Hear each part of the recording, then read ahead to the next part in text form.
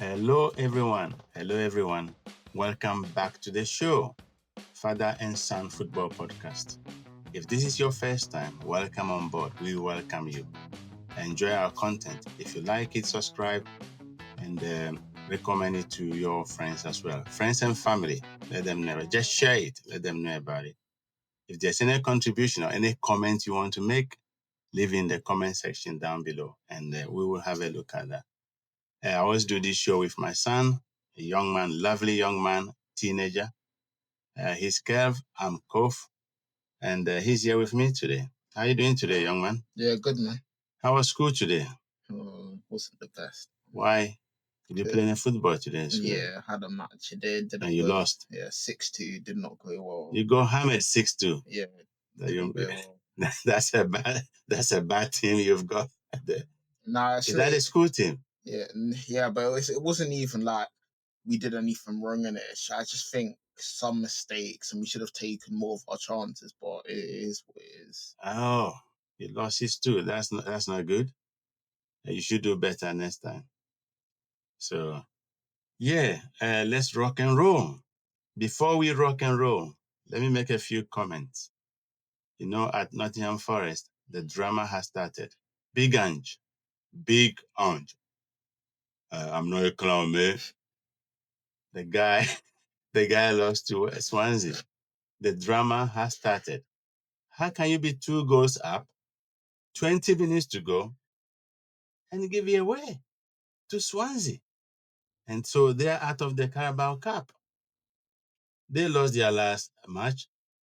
They lost to Swansea. What's going on there? Do you see any positivity there at all? Well, I said from the start though, a man finished 17th in the Prem. So if he can do that with a club like Tottenham, then he's not gonna really have much success at Nottingham Forest, is he? Yeah. And losing to Swansea 2 goals up just summarizes the whole tactics he had, the whole management. But then again, the players have to take responsibility as well. Okay. Yeah, okay, listener, we're going to be talking about Champions League review anyway, so don't worry about that. We'll get to that in a minute. And then Nuno. Nuno is a no-no. Yeah, remember him at Tottenham? Nuno is a no-no. Yeah, there's news going around that the West Ham owners are talking to him to take up the job. Yeah. That, for me, that is like undermining whichever manager is in the job now. If you are the West Ham manager now, Graham Potter, and you're listening to this, that the owners are talking to some other manager to take over, it doesn't really boost your morale, is it? No, it wouldn't. How will you feel if you are the manager? I wouldn't really feel in a good way about the situation, because I'm turning up to matches, losing, and then I'm also hearing that another manager is coming to the job because I'm not doing a good job, to another manager, and they're talking to another manager as well.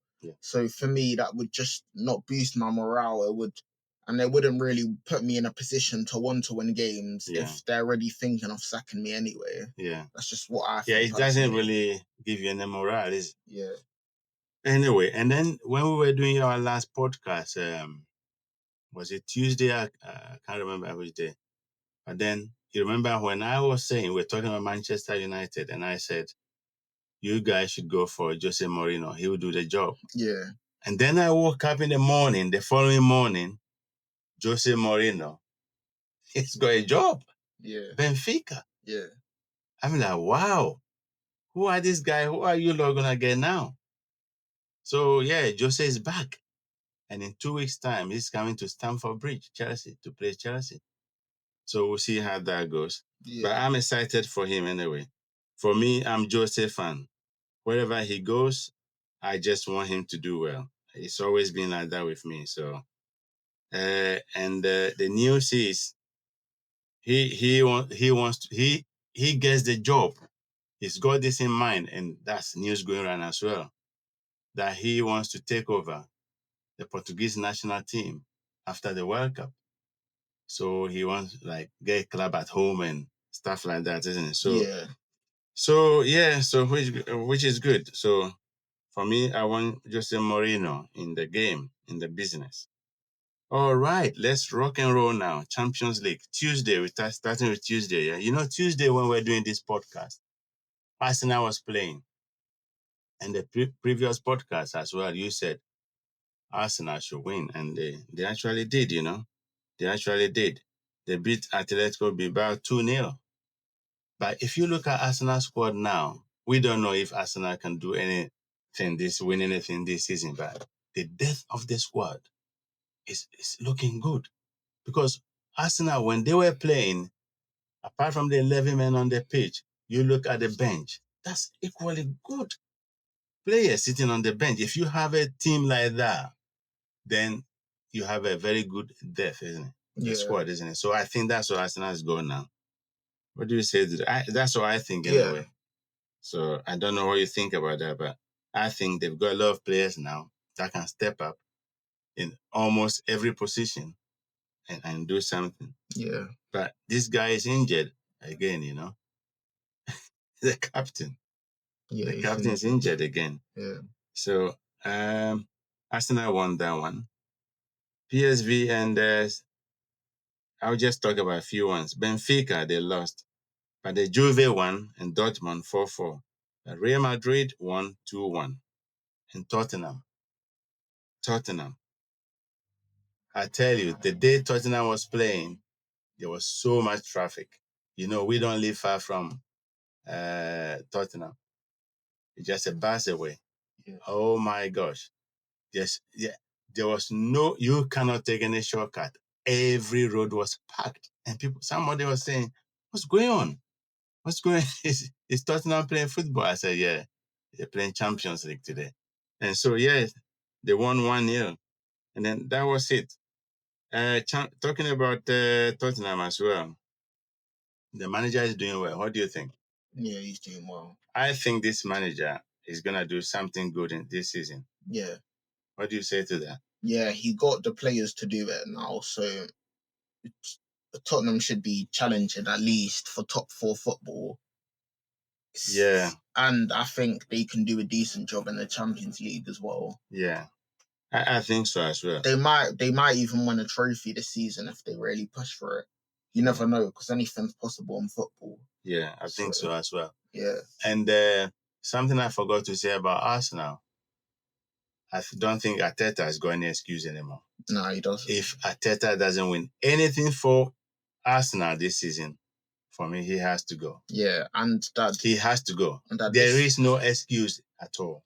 And this is one thing a lot of people are really like. It's like certain games where he needs to play the players. He doesn't want to play the players. He doesn't like taking risks, and that's going to cost him a lot. Because even against Liverpool, he played 4 centre backs and 3 DMs. Knowing Liverpool have been poor defensively this season, you should be going all out attacking. Should have started Eze, but no, he plays 3 DMs, 4 centre backs. It's just like, if you're not willing to take a risk to even do that in the Prem, when are you gonna risk it? When it really matters on the line? Because that game against Liverpool, if he started Eze, it could have gone either way. Yeah. But it didn't, because he decided to play Mikel Merino, Subamendi and Declan Rice. He decided to play 3 DMs instead of just playing Eze instead. Yeah. But well, sometimes the managers get it wrong, doesn't it? Yeah. Sometimes the fans can see what's wrong with the team, but the manager can see. So it's like that sometimes.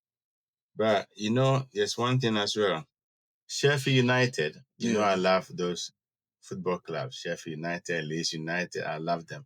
Yeah. Sheffield United, they sacked their manager, Chris Wilder. Yeah. And then they brought him back again the 3rd time. 3 times. Wow. That man must be very important for Sheffield United. Yeah. I just want them back in the Premier League, that's all. Gonna take a long time. Yeah, I just want them back. Okay, and then on the Wednesday games, Olympiacos, they drew to Paphos 0-0. Yeah. This Bodo Glimt people. They drew to Slavia Prague. Ajax lost to Inter Milan. Yeah. Bayern Munich won Yeah. 3-1 to Chelsea. You said Bayern was going to win, Yeah. and they did. But, Chelsea performance really shocked me. I thought Chelsea would do better than that. Yeah. Well, the first goal was unfortunate. Schalabak couldn't do anything about that. But I thought, on the whole, the performance, I thought they should do better than that. Yeah. Why do you think Bayern won the game? Chelsea were. I really think it came from the midfield battle. Like Caicedo, everyone knows how good of a player he is, but he just didn't show himself that much this game. Even gave away a penalty. Well, talking about penalty, I think that's not a penalty anyway, but carry on. Carry on about the Chelsea team. Yeah, and then Enzo, he was just a bang average. Apart from Cole Palmer's goal, he was trying to play people through and goal. He was trying to do everything, but it just didn't go his way in the night. And I just think overall as a team, um, Bayern were just more clinical in front of goal. Yeah. And Chelsea gave the ball away 2 or 3 times, which led to their goals. One of them led to a penalty, which Kane put away neatly. And then the first one was unlucky, own goal by Chalobah. And then the third one, the ball was given away easily again. And then Kane just blotted it bottom corner. So not really much, I would say. But when you look at that penalty, do you think it's a penalty? I would say it's a pen, but I wouldn't say a card. And I'll tell you why it's a pen. Yeah. It's a pen because Caicedo's dragged him down with him. Caicedo has lost the ball. He's trying to get it back, but his foot can't get there in time. Yeah. So he's tried to get the ball. He's wrapped his whole foot around the ball to win the ball, but he's not won the ball. Yeah. And he's ended up bringing Kane down But he didn't by his kick foot. him. But he didn't kick Kane. Yeah, but he pulled his shirt a little bit as well. He pulled him down as well. And once it's in the box, you know how football is. Once there's a little bit of contact in the box, players like to make the most out of it. And the referee, it's the job's referee to say pen or no pen. And the ref gave a pen. And I think it was a pen. I just don't think it should have been a yellow card. Harry Kane just fell down, stretched his 2 hands. He just went down like that. Yeah, but he won't do that if it wasn't in the box. Yeah, but then you also have to talk about the physical force that Caicedo went into the challenge because he had originally lost the ball. So as he's gone to gain it back, obviously he's kicked him a little bit and dragged him down. But yeah. But Harry Kane he started the season very well. Yeah. He's playing very well. I just think that he should do that for England. He should do that for England. But yes, he started the season very, very well, which is good. And Liverpool these days, I watched the Liverpool Atletico Madrid game. It was absolutely wonderful because I never expected Atletico Madrid to perform that well. And they really, really did well until that last minute goal came from Van Dijk. But on the whole, I've watched Liverpool from the beginning of the season. They are leaving it too late. They're winning games, but they are leaving it too late. And they're not going to be lucky all the time, leaving it too late, thinking they'll win the game. Yeah. That's what I see about Liverpool. It's a good team, but they are leaving it too late. Yeah. But Van Dijk, credit to him. He stood up as a captain, isn't it? Yeah. Said, no, we need to win this game. He had to do something. The Madrid people were just holding him, but he managed to position himself and he's a tall guy as well, so got his head to that ball. And that was a lovely, lovely goal. But, 3 points. They got 3 points. But I just think they're leaving it too late. Don't know how you say to that. Yeah. I don't know what to say to that because I've watched the Premier League games as well. Yeah. That's what is happening. And that's not a good pattern for them. Liverpool this whole season as a whole, defensively, they've not been really good. So they get cut open really easily. And yeah, they got the players to score goals, but Salah, he's not really been that good this season either. A lot of people are just saying because Salah's scoring last minute goals and penalties, a lot of people saying, yeah, Salah's playing well, but they're forgetting the fact that he can have so many misplaced passes and it's just not going well. Best. Okay. Yeah. All right. Okay, so PSG Atlanta. Yeah, We knew PSG was going to win anyway, yeah, but I didn't expect 4 goals, yeah, 4-0. I thought without the goalkeeper Donnarumma, I thought they would struggle a little bit, but it didn't look like they are missing him, isn't it? At least for now. yeah, Uh, they played very well as well. yeah. They played well. So they won 4-0. Yeah, But how can a football club leave a good player like that, like Donnarumma? How can a football club leave a player like that to just go? Why? the thing is, um, he wanted to leave originally anyway. At the end of the season, he did say to PSG that he did want to leave, and he also asked for more money and said he would stay if he got more money, and he was asking for way more than he was getting. And Yeah. PSG, like, he's a great goalkeeper, don't get me wrong, but Yeah. PSG, yeah, even though he's been a great goalkeeper last season and some games he's the reason they won it, like the PSG Villa game. If Oh they didn't yeah. have him in goal, They then they threw probably would have, everything at him. They threw everything at him. Yeah. and they probably would have lost. Even though that's the case, Yeah.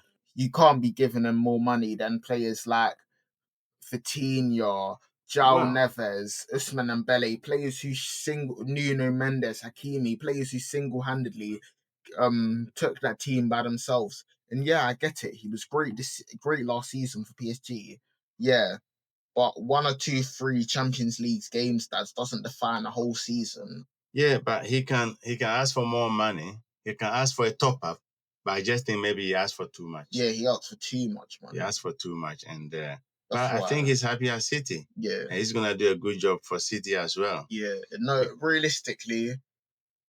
PS PSG's backline currently is better than Man City's backline. Hmm. But then you also have to take into consideration Man City's backline is shaky. Yeah. But then yet again, Pep's gone and got Donnarumma, so Yeah. he can help out that backline. The backline can be solid. Yeah. But one player out of five in a backline isn't really going to change much. You could have the best goalkeeper in the world. If your backline's not the best, they're still going to score goals against you. That's Yeah. just how football works. Yeah. Okay. And on Thursday, Club Brugge 4, Monaco 1, FC Copenhagen 2, Bayer Leverkusen 2, Yeah, Frankfurt 5, yeah, Galatasaray 1, yeah, Man City 2, yeah. Napoli 0. To be honest, I think the referee spoiled the game for Napoli because they started that game. I watched that game 90 minutes. They started playing very well until that red card came around 21st minute or 25th minute, one of them.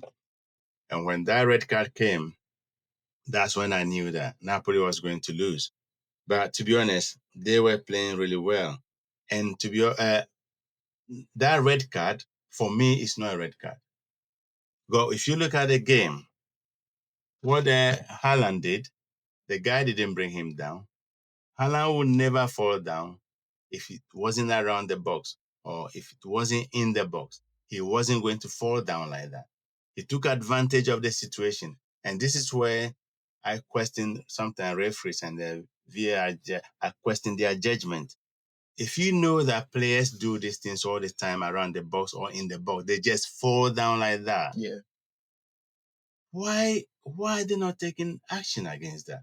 Why are they not saying, no, you're trying to trick me? You cannot fall down like that. So I'm not giving a yellow card, or I'm not giving a red card, or I'm not giving a penalty.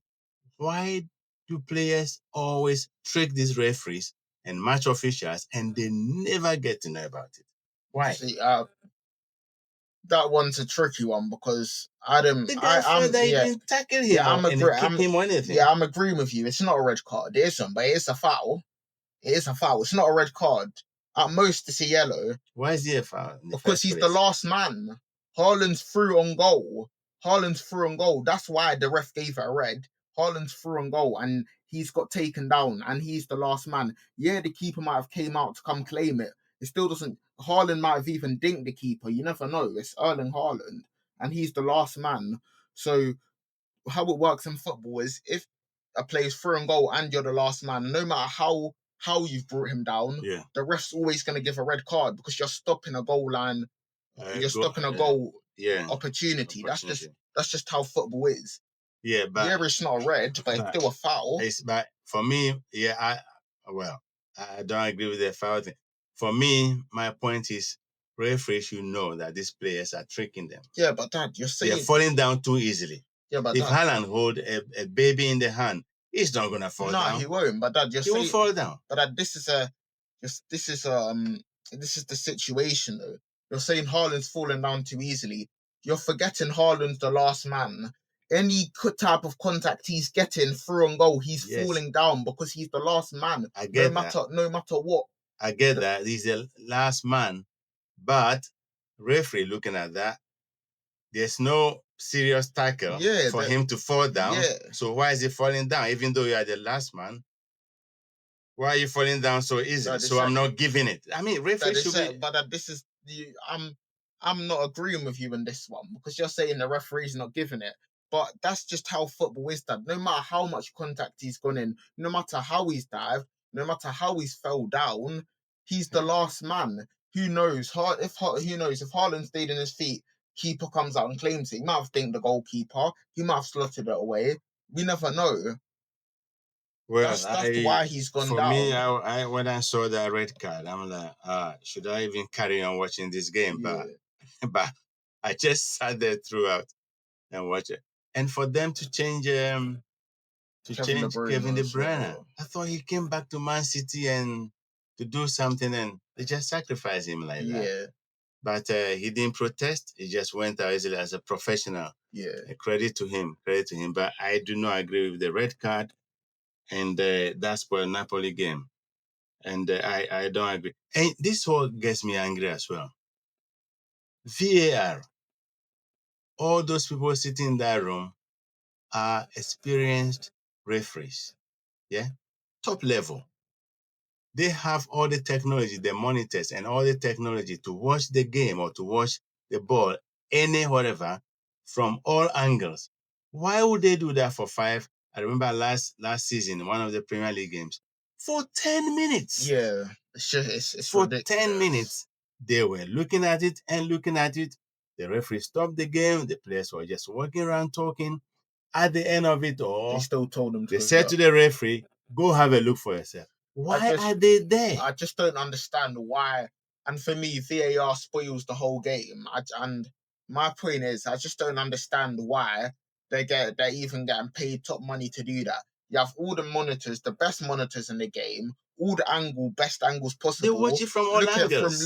You can look at it from anywhere, but no, you'll look at it for 10 plus minutes and still tell the referee to go look. So what's the point of you really even being there? Yeah. Because you're making money out of telling the referee to go. You are there to make quick decisions and very good decisions, yeah. and then the referee said, "Oh, go and have a look for yourself." Well, listeners, if there's something you know about this, I don't know, just put in the comment section for me because I don't get it anyway. Yeah. That's why I like the championship sometimes. There is no VAR. Referee decision is final, finish. Yeah, that's why I like it sometimes. So this, I don't know, it gets me really angry. The VAR is ruining the game. It gets me really angry. Well, Barcelona. Wow, Barcelona. Newcastle lost at home. Yeah, 2-0. 2-1. Yeah, they lost 2-1. Yeah. But everybody's talking about Rashford. Yeah. Good performance. He should be on that plane to America for the World Cup. Well, you see, there's one thing about Rashford. It's like he chooses when to turn up and when not to turn up. Dad, that's what I see about it. He's not consistent. And that this is one thing that a lot of people have really made me angry about. What? Everyone's talking about Rushy this, Rushy that. He was rubbish for the whole 90 minutes until he scored that bullet goal and he scored that header and that rocket. He scored 2 goals, by the way. He scored both of them, but he was rubbish the whole 90 minutes. All of a sudden. And then he scored 2 goals and everyone's saying, he deserves to be man of the match. No, he doesn't. He was rubbish the whole game. And then he scored 2 goals and everyone's forgetting how bad he was. That's one thing. Well, that's football, isn't it? That's football. That's football. And it's not consistent, right? But it's not consistent. That's another thing about him. He chooses when to perform and when to not perform. So a lot of fans are saying that It's probably just a flash in the pan. Typical, typical Rashford. He's gonna do it well this game, and then the next game you don't see him at all. People are So saying, yeah, he'll score 2 this game. The next game he'll score none and be yeah, rubbish so we'll the see. whole. We'll see. By Newcastle, no Isaac. Yeah, Are they gonna go find this Champions League? who knows? I don't see that coming.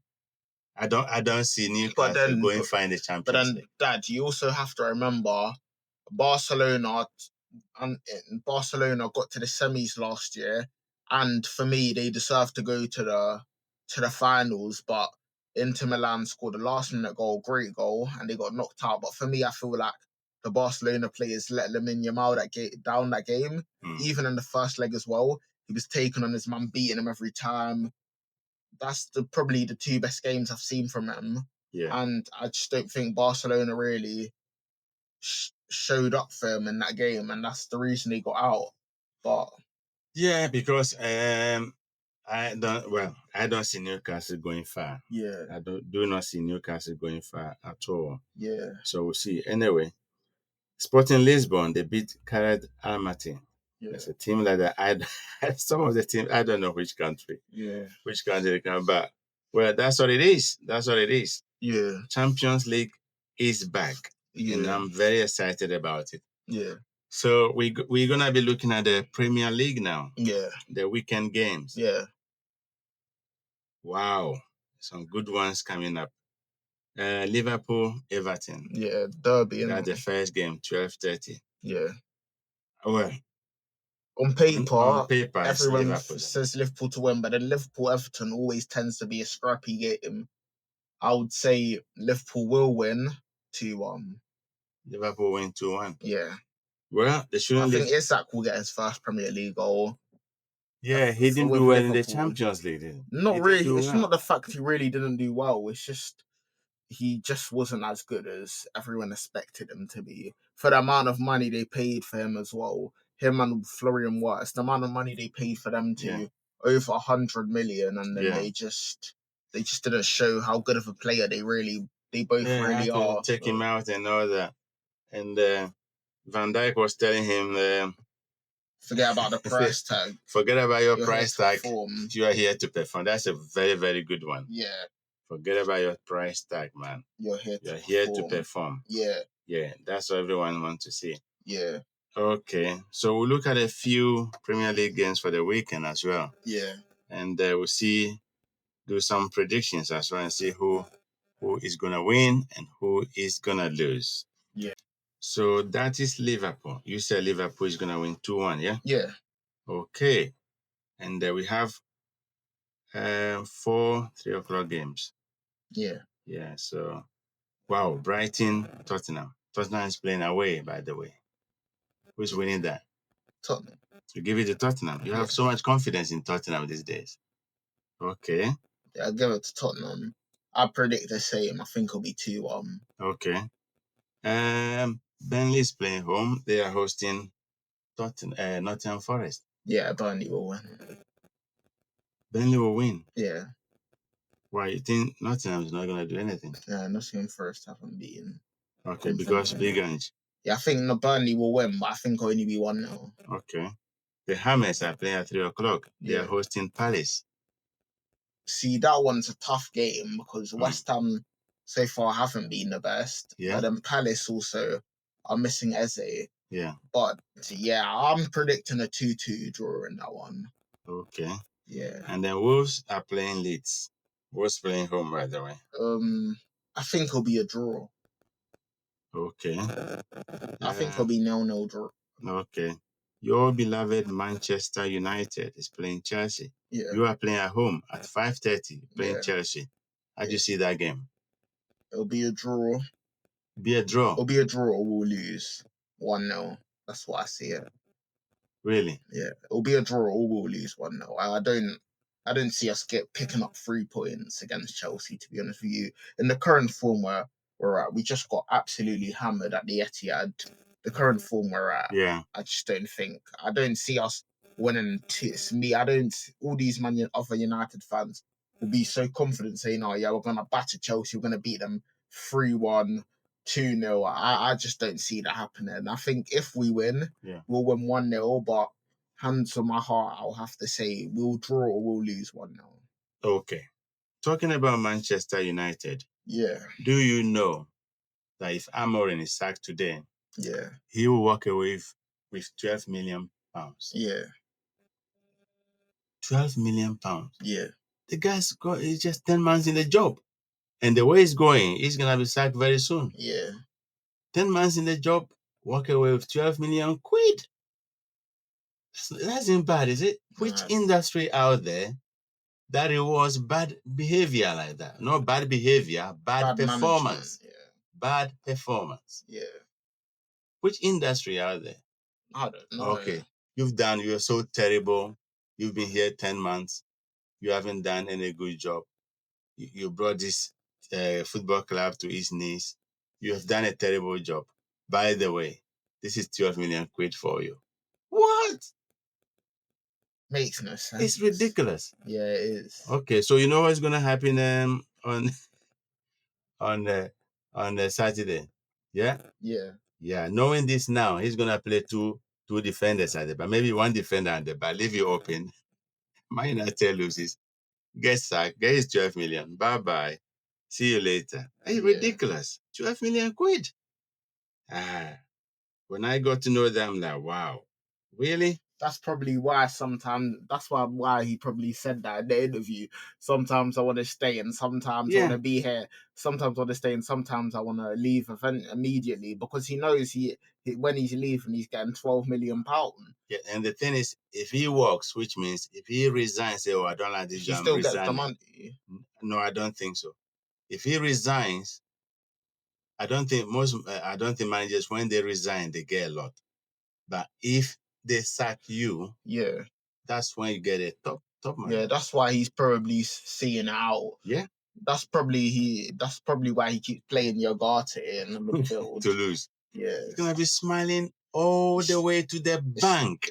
I feel like even though from the start he's just set this team up for failure. Because even that somebody told me this, even I'm saying this, I don't see any two midfielders in the world that can come into this Man United team, play in the two midfield system, and really do anything. Jude Bellingham, I don't think he can do it. And the fact that he Fal- doesn't want to change anything, Yeah. that even Somehow, suggests yeah, that he just wants this guy wants to be sacked. Yeah, When I heard that, it blew my mind. I'm like, wow. yeah, Anyway, and on Sunday, 2 p.m., we got two games at 2 p.m. Bournemouth hosting Newcastle. We think Newcastle will come back from the Champions League defeat. yeah. They have to do something. Yeah, 1-0. Yeah? Yeah, 1-0. You mean Newcastle is winning? Yeah, I think Watermar. We're talking about Bournemouth here, you know? Yeah. Bournemouth, they're not bad side Yeah, at all. I know, but I think Watermar will score. Okay. Sunderland Villa, 2 p.m. Yeah, I see Villa winning 2-1. Villa today, they haven't won any game this season so far. And it's not looking good there at all. They better just they have to pick up themselves quickly and start going. But they're not doing well this season at all. And then you got Man City, you got Arsenal Man City at 4:30 Sunday. That's a big one. Arsenal is playing home, by the way. People call Arteta and Guardiola father and son, isn't it? Father and son. So you know, I was looking at Man City the other day when we were playing the Premier League, the last Premier League game. And I was looking at it. Guardiola, he's talking to someone on his left, sitting there, and I thought, that's not his assistant. That's not his technical coach. This guy always sit there talking to him all the time. And then the camera picked up Koloturi as well. So he's got a new technical team. Yeah. Wow. Yeah. So I saw that last time. But how do you see this game? Arsenal Man City. That will be a very interesting game. It's an interesting game. Arsenal, you said, are playing at home, right? Yeah, they are. It's an interesting game, but then you also have to take Arteta. See, the thing with this is Arteta won't take any risks. Yeah. He'll probably play the same lineup he played against Liverpool, and if he does that, I think he'll lose. He just needs to take risks because against teams like Liverpool, you know City, Arsenal Chelsea, team, isn't it? You know Arsenal team, isn't it? Yeah. Okay. Let's see what Arteta is. But the last game, he put the Brazilian, what's his name? Martinelli on the bench. He came on later. Yeah. But what do you think Arteta system will be like? Who would he be playing? So The goalkeeper is certain. Yeah. It's not gonna change. Yeah. He'll go Calafiori left back. Yeah. He'll go. I don't know if Saliba's still Saliba injured. is fit. He's gonna come back. And I forgot to tell you, Manchester United, Cunha is fit, so he's gonna play this weekend game. Oh yeah. Yeah, Play, he's fit. So Arsenal, he'll yeah, go Saliba is Saliba back. and Gabriel. Yeah. And then I think he'll play. It's Timber fit. I think he'll play Timber if he's fit. Yeah. Then his midfield. I don't see it being any different to that. I think he'll play the Right, three thank you. DM.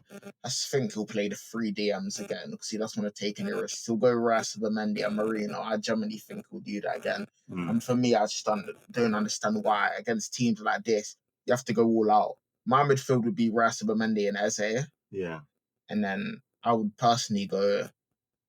I think Trossard's a way better player than Martinelli. But I don't know why he keeps playing Martinelli. I'll personally go Trossard, Yeah.